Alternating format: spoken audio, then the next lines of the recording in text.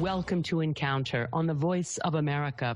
On Thursday, February 24, Russian President Vladimir Putin launched a full-scale invasion of Ukraine. U.S. President Joe Biden has called Putin's invasion a premeditated war, warning in recent days that it was imminent, given the more than 175,000 Russian troops massed along Ukraine's borders and Putin's rejection of a diplomatic solution. The Russian president had demanded that NATO pledge that Ukraine would never become a member of the Western Defense Alliance and a withdrawal of NATO troops from the former Soviet satellite countries of Central Europe, which are now NATO members. Such demands were non-starters and betrayed Putin's true intentions, which are now on display for all to see, to incorporate Ukraine into Russia and weaken NATO and the community of democracies.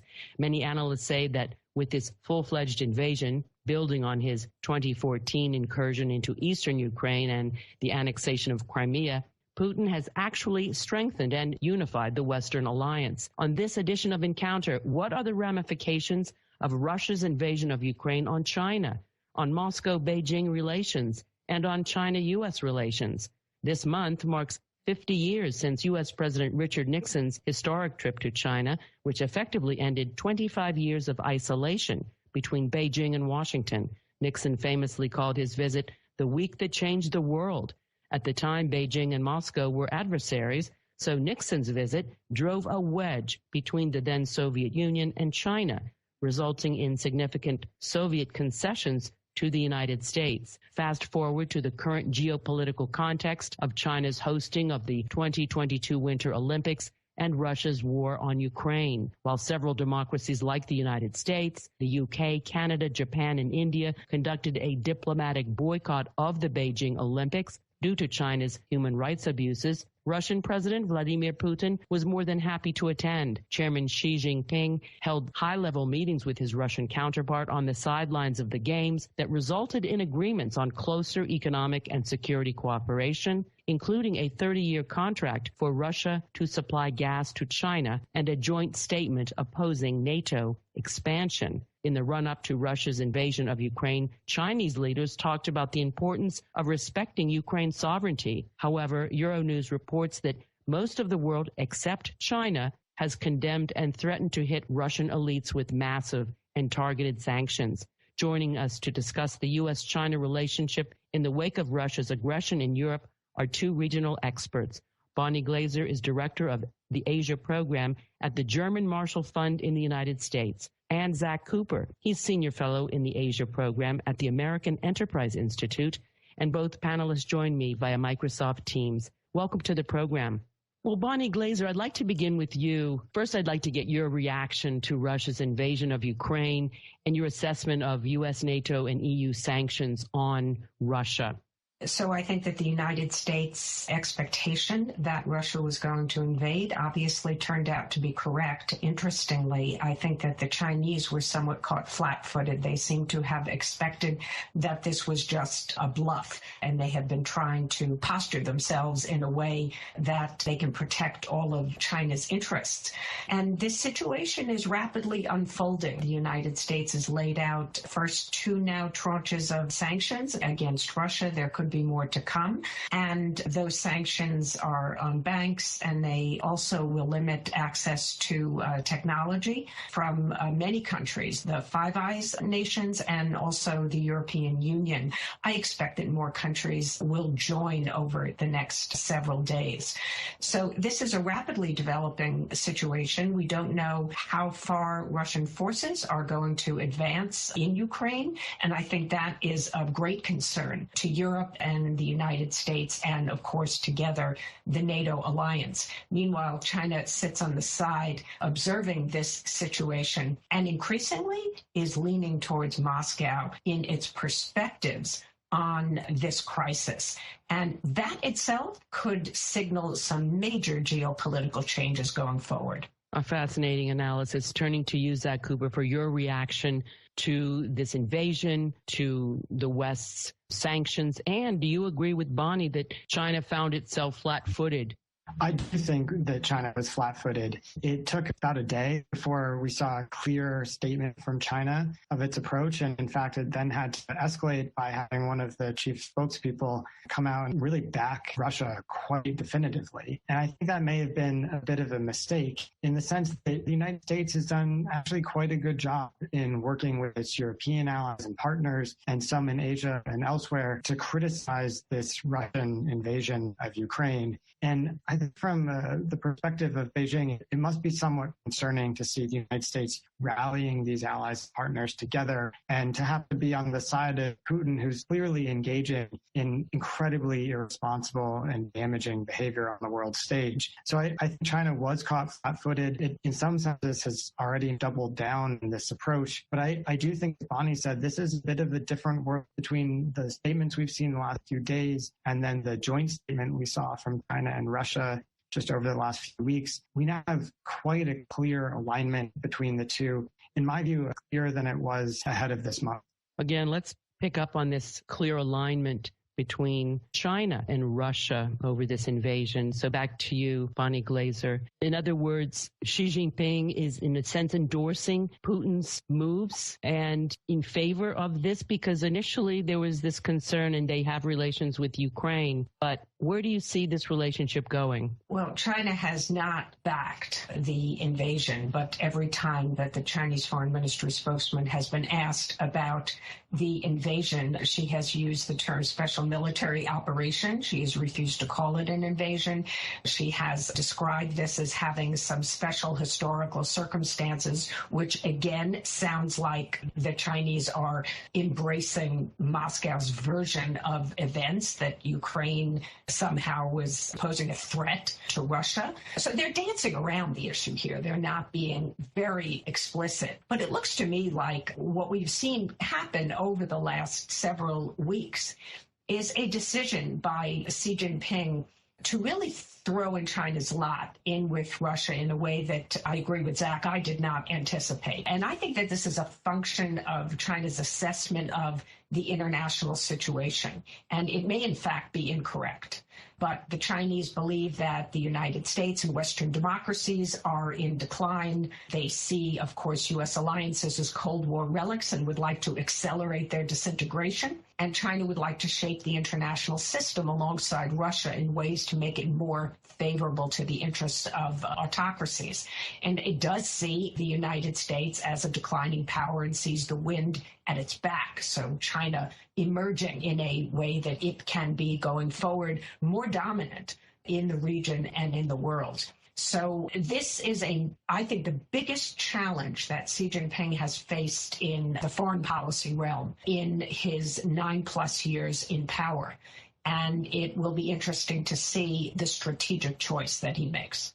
So turning back to you, Zack Cooper, once again, in terms of this particular military operation that Putin has undertaken, of course, using that euphemism, this terminology to avoid what's really going on, which is an invasion, in terms of Xi's endorsement and his decision, as Bonnie said, to throw his weight behind Vladimir Putin. What are the consequences of this in your view? And also, both dictators want to undermine the West, undermine NATO, democracies. But do you think Putin and Xi are taken aback and surprised by NATO's strength, by the unity? President Biden said 2/3 of the world now are together on imposing sanctions, let alone, condemning this act of aggression. I have no idea what Vladimir Putin or Xi Jinping think, but I am personally surprised that the Biden team has been able to keep the Europeans in particular so united in NATO's policy, right? For example, having the Germans come out and essentially cancel the Nord Stream 2 pipeline,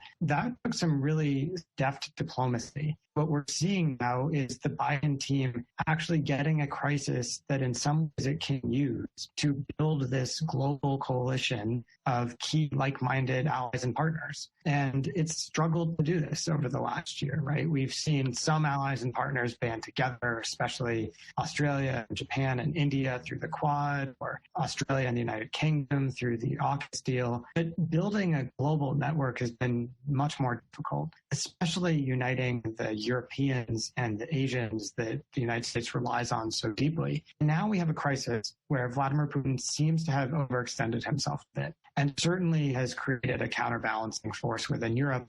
And I think the danger for China is that China, which over the last few years, in my view, has also overextended itself, could be damaged and lumped in with an overextended Russia. And the Biden administration in some ways could benefit from this by tying together the American allies and partners in Europe and Asia. And so this is a very tough task. I don't want to minimize how difficult this will be, but in some ways, I think this is a real risk for China. It has tried so hard to divide the United States from some key countries in Asia and in Europe, and now the Russians are doing some of America's business for it.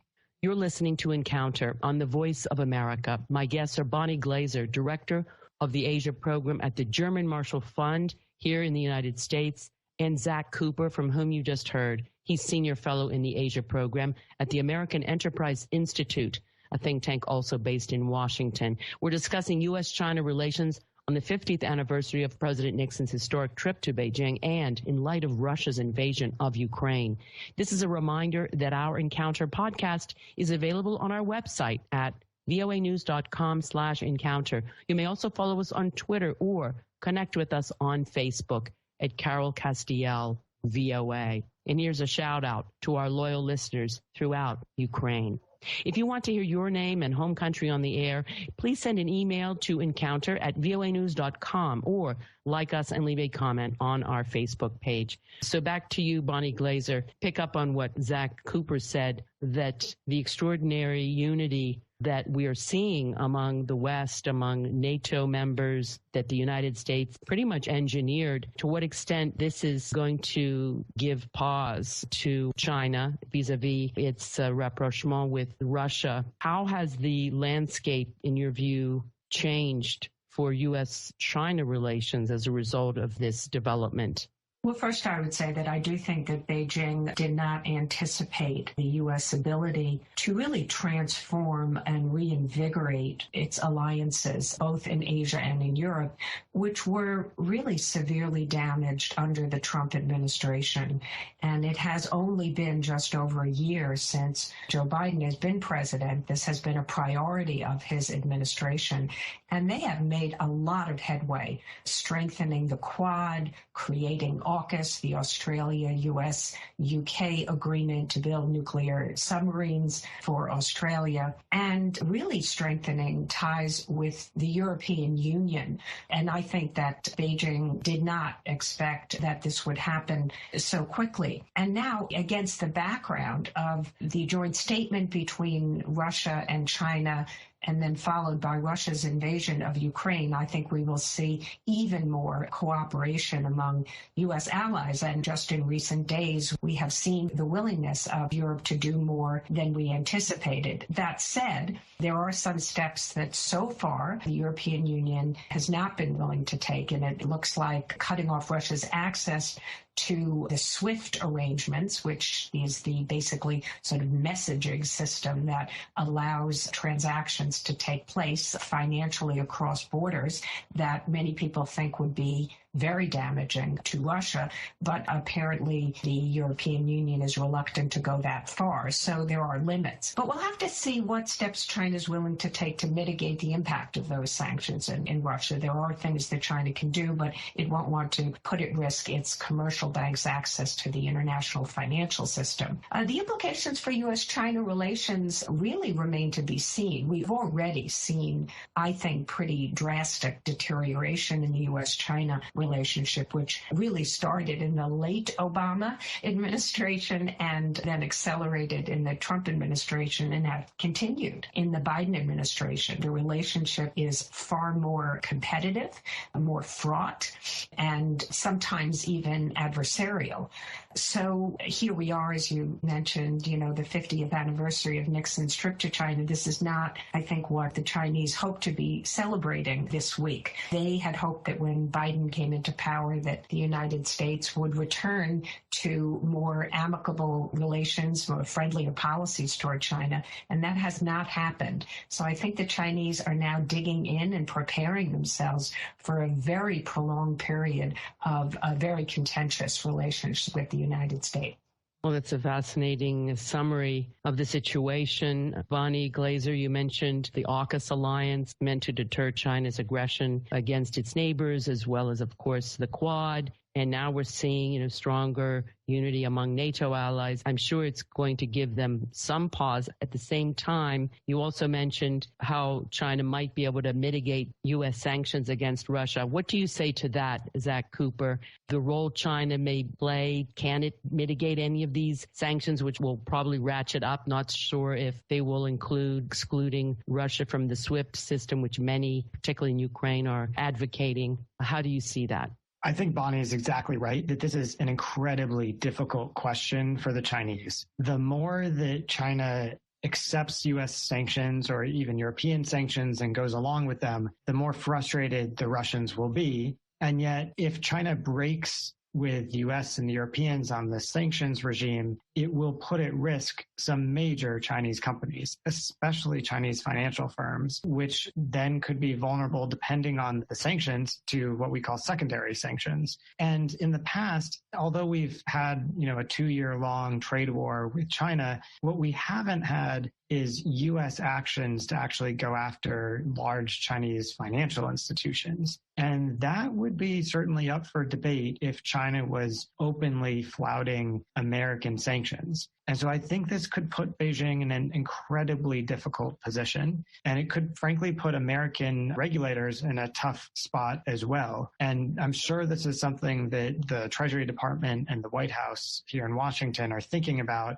as they consider what level of sanctions to put on Russia. They must be worried that if the sanctions are too harsh, the Chinese may not go along. And then the policymakers in Washington will have to choose whether to go after those institutions in China that don't follow the sanctions, which would be a substantial worsening of the relationship. So I think this is a difficult question for both Beijing and for Washington in the next few days and weeks. Bonnie Glaser, I'm not sure if you noticed this, but in the press briefing on Thursday, when President Biden was announcing accelerated, intensified sanctions after the invasion, a reporter asked him, "Are you urging China to help isolate Russia?" And President Biden said, "I'm not prepared to comment on that." What do you make of that non-answer? My guess is, and it is only a guess, that there are some plans for some high-level discussions, maybe even between President Biden and Chinese leader Xi Jinping, or perhaps at the level of National Security Advisor Jake Sullivan with his counterpart Yang Jiechi.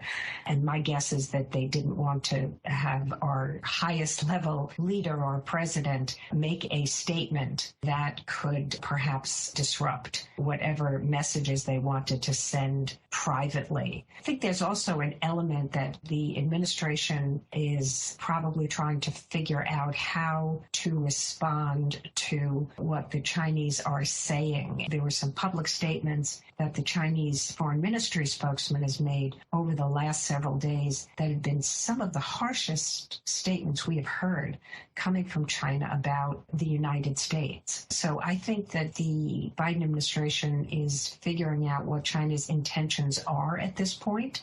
It would not be very productive to just hit back and call out China's leader or insist that they do something that then forces Xi Jinping into a corner and makes him do just the opposite. So this is a moment, I think, for at least some deliberation before we signal something at the highest level. So I'm not surprised that President Biden decided to punt. That was probably a smart move, but I'd like to get your take on his non-answer, Zack Cooper. I agree with Bonnie. I think the White House probably wants to leave all paths open, but I'm guessing that folks at the White House are surprised to see the tenor of the comments coming out of the Chinese foreign ministry. in the last few days.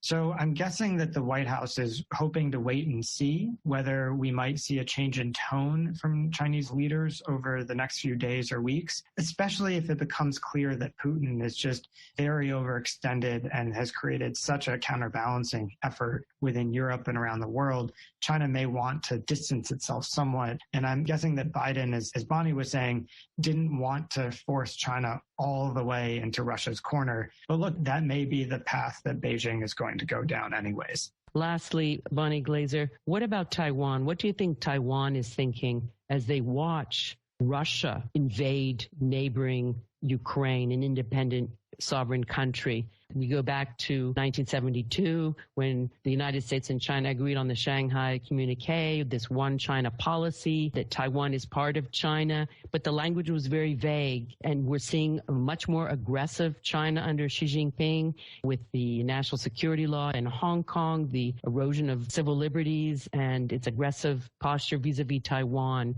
One member of Congress with whom I spoke recently, Elaine Luria, she believes that it's time for the United States to clarify the policy of strategic ambiguity. And she says it's no longer sufficient that should China attempt to take Taiwan by force, the United States should come to the defense of Taiwan. What are your thoughts on that?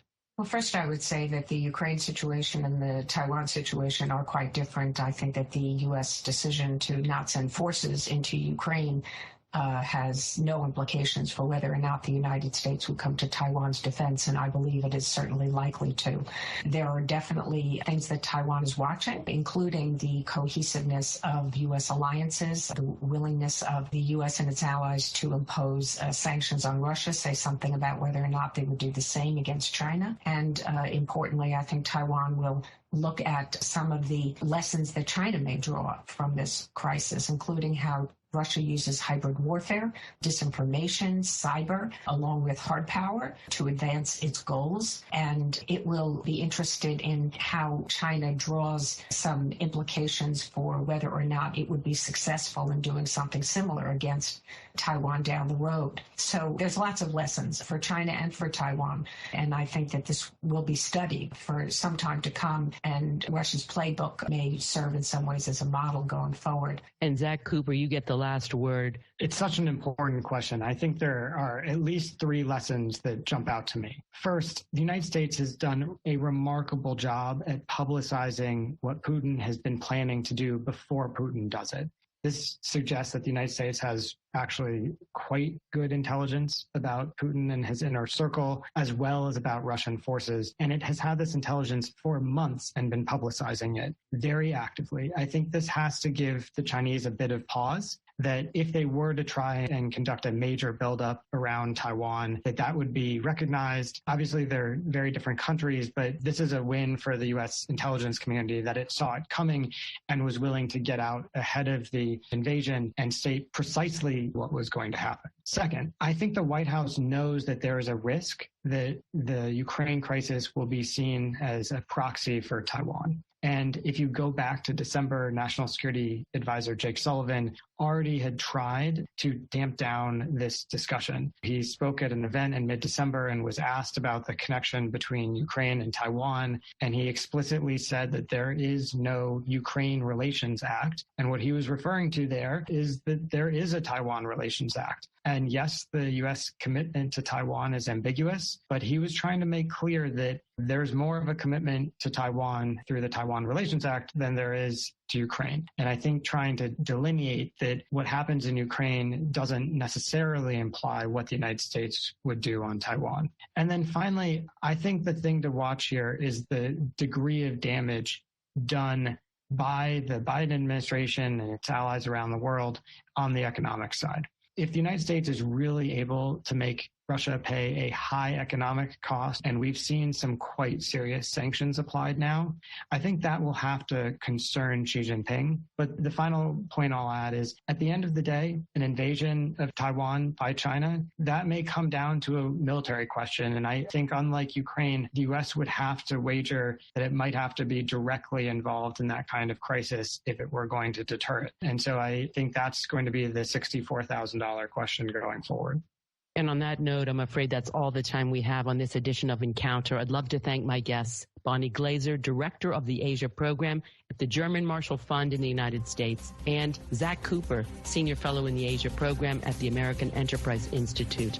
Encounter was produced in Washington with technical assistance from Rick Pantaleo. I'm Carol Castiel. Join me again next week for another Encounter on the Voice of America.